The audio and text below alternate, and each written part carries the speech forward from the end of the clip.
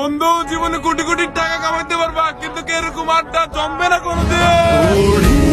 What's up guys, this is Juarfai and welcome to my new blog number 17. তো বন্ধুরা, আজকের ব্লগটি থাকছে হাঁসের মাংস দিয়ে চাউলের রুটি, সাথে আছে রাকিব, ইস্তেক, জোবায়ের, মেহেদি ও নাজমুল।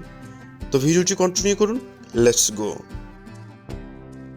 তো বন্ধুরা, অনেকদিন পর শীতের আমেজে হাঁসের গোস্ত সাথে চাউলের রুটি খাওয়া ইচ্ছে হলো, তাই বন্ধুদের নিয়ে চলে যাচ্ছি কুমিল্লার নাঙ্গলকোটে রাজু রসু ঘরে, যার মধ্যে রয়েছে হাঁসের মাংস সাথে রুটি ও খিচুড়ি দিয়ে হাঁসের মাংস। তো গাইস, আমরা 6 জন 3 বাইকে করে চলছি রাজু রসিঘরের দিকে। অবশেষে নাঙ্গলকোট চলে আসলাম, আর এটি নাঙ্গলকোট থেকে হালকা বামে।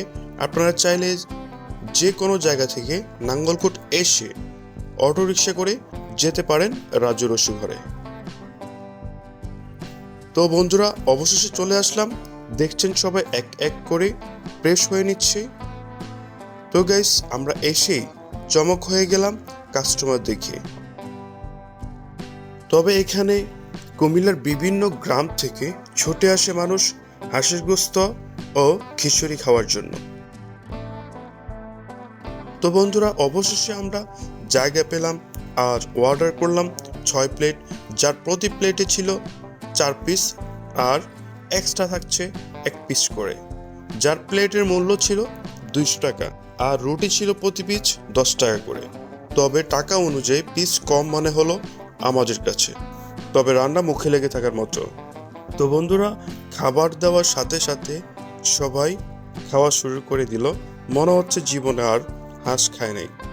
কিরে ফকিন্নি, এরকম হাবাইত্তার মতো খাইছা, একখানা রইসই খা। যা খাবারটা চমৎকার হওয়াতে আসার ক্লান্তি নিমিষে শেষ। তবে দোকানদারের আচরণ মোটেও ভালো না, তাই সবাই সতর্ক থাকবেন। গাইস, দেখছেন খাওয়া দাওয়া শেষে টাকা দিব। তো বন্ধুরা, আমাদের 6 জনের জন্য 7টা হাঁসের প্লেট ছিল, সাথে রুটি ছিল, সব মিলিয়ে 1750 টাকা আসছে। টাকা পেড করে আবারও রওনা হলাম বাড়ির উদ্দেশ্যে। তো গাইস, এই ছিল আজকের ভিডিও। দেখা হচ্ছে নতুন কোনো ব্লগে, নতুন কোনো ভিডিওতে। সে পর্যন্ত চোখ রাখুন, সাবস্ক্রাইব করে সাথে থাকুন। ধন্যবাদ।